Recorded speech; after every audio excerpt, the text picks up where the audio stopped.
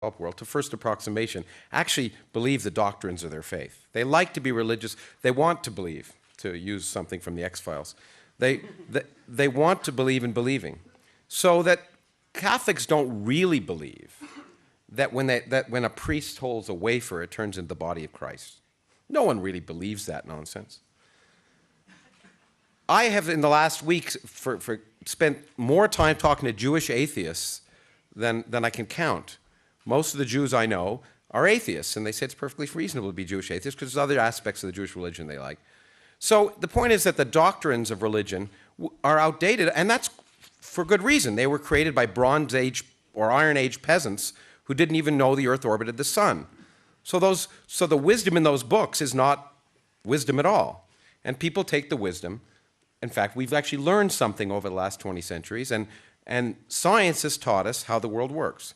Now, for science, the interesting thing as a scientist is that God is completely irrelevant to science. Most scientists don't spend enough time thinking about God to even know if they're atheists, because they try and understand how the world works, and God never enters into it. It's just completely irrelevant. And in fact, the more we've learned about the natural world, the more we've learned that you don't need any divine intervention to explain anything. As far as morality is concerned, and the person you want to be, which is really what I think is the heart of what religion, when religion provides many things for people, and we can't deny that.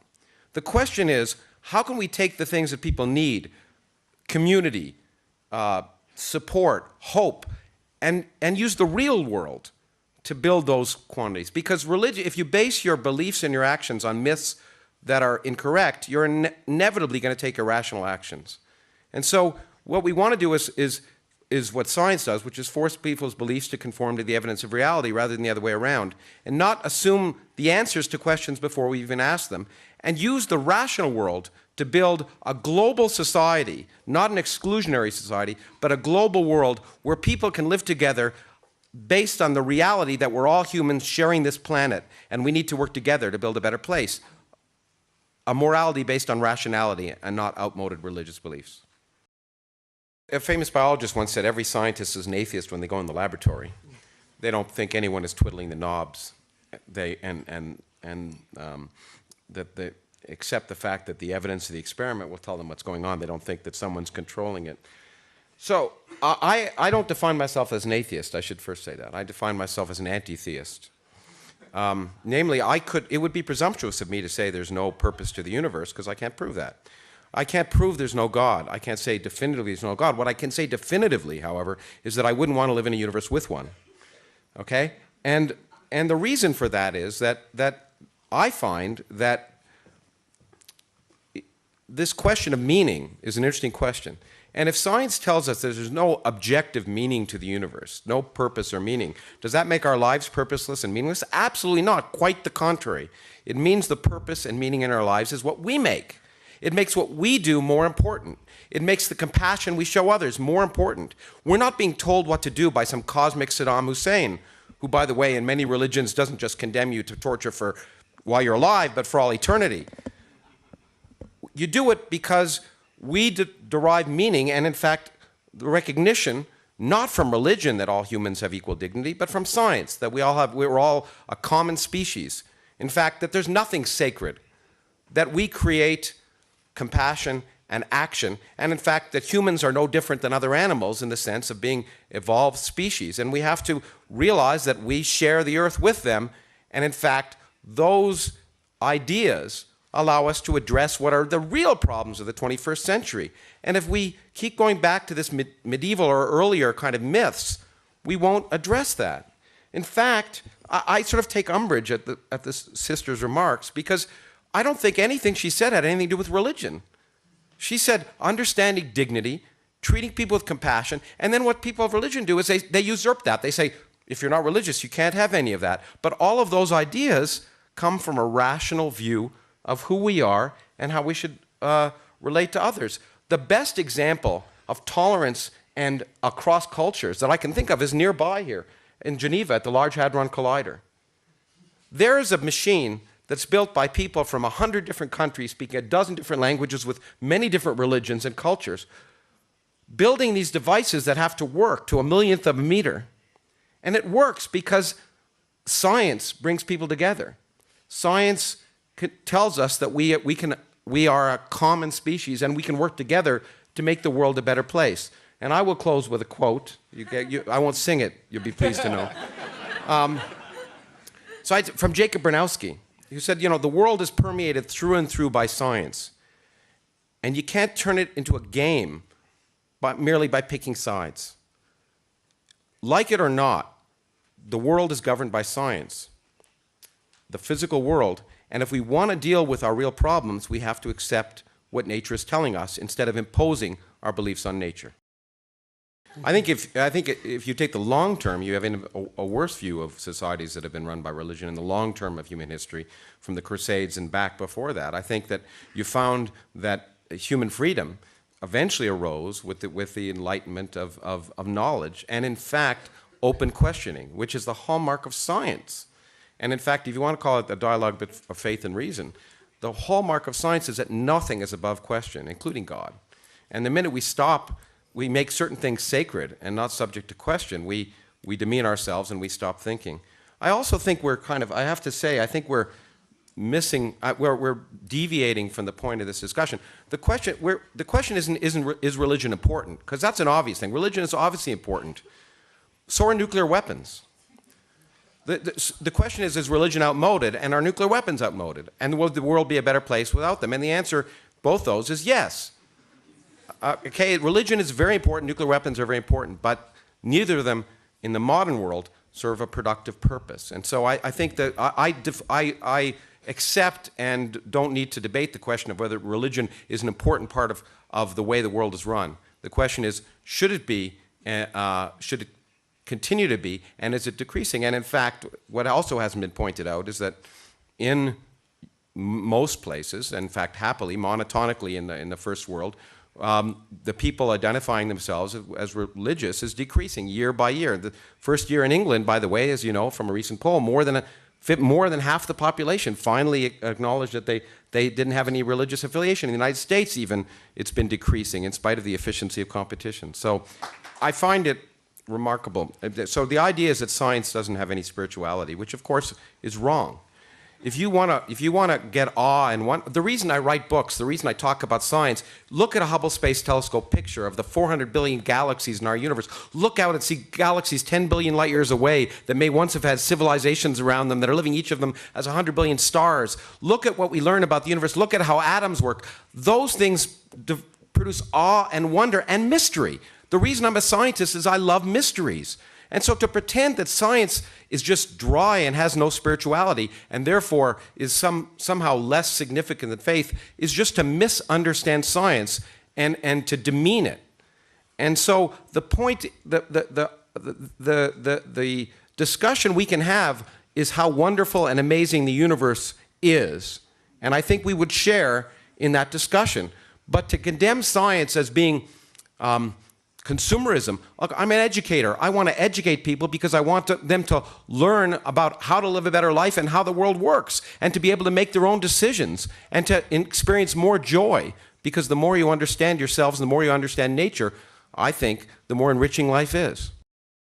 I think that you hit a key point, and I agree with you completely, that you can't condemn a whole population because of some individual, okay? But the difference is that there are no rule makers in science. There are no authorities. That's the hallmark of science. There's no such thing as a scientific authority. There are scientific experts. But the lowliest student can in fact disprove any. There's no chief scientist. There may be a chief rabbi. There may be a pope.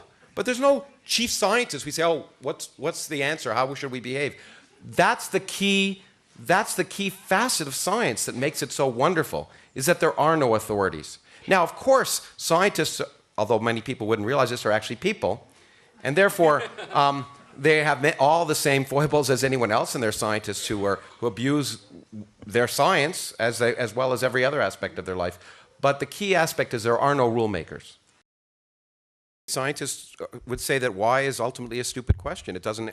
I mean, I think anyone here who's a parent knows that, you know, if you have a child, the ultimate answer to why is go to bed.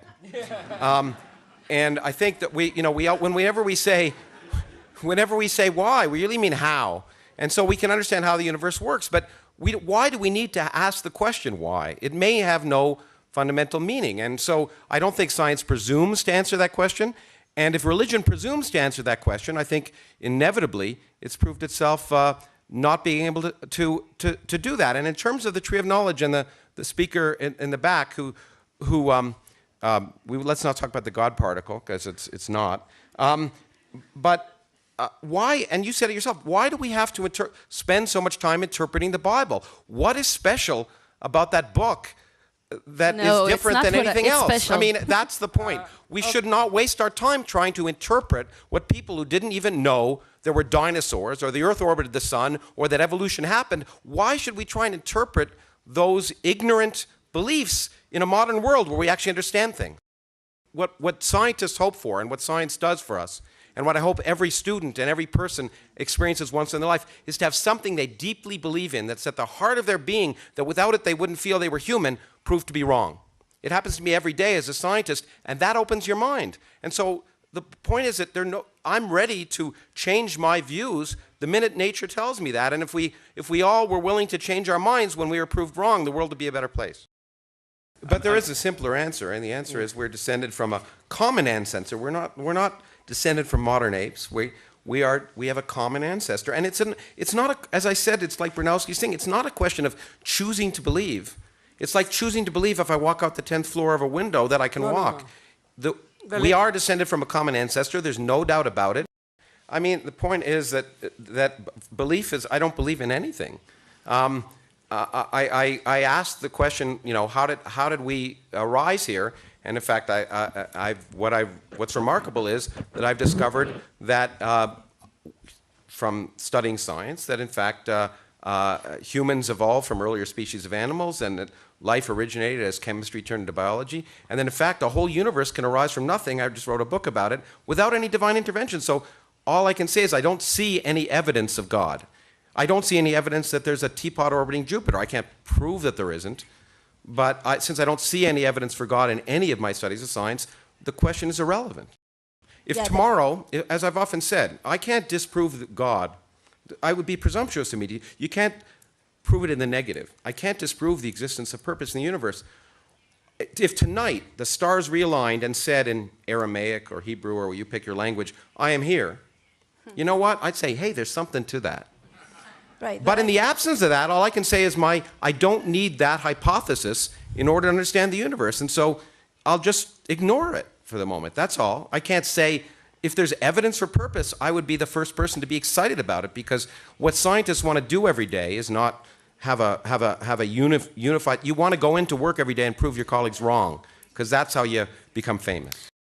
I do think there's great evidence. Religion has pervaded all of human society throughout all of human history. There's clearly something ingrained, either in an evolutionary sense or a neurophysiological sense, in the need to believe in something bigger than ourselves. And to deny that is to deny the evidence of reality.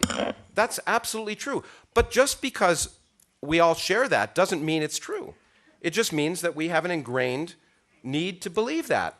We have so I think the recognition that religious belief is universal is really important to understand if you want to understand human beings, and if you want to understand how to move to a world where we can address the problems that xenophobia is ingrained in biological systems, that in and out systems, us versus you, all of these things have a sound evolutionary basis. But if we want to be a human society and work together, we have to understand that basis so we can move beyond it. Actually, I agree with the rabbi that, in fact, religion, I do think, is responsible, at least in Europe, for the rise of science. And there's nothing wrong about that. That's fine. And it's a rise of the Enlightenment. And the reason was the only game in town. It was the National Science Foundation of the 14th century. But at least we agree on something. Yeah. No, that's right.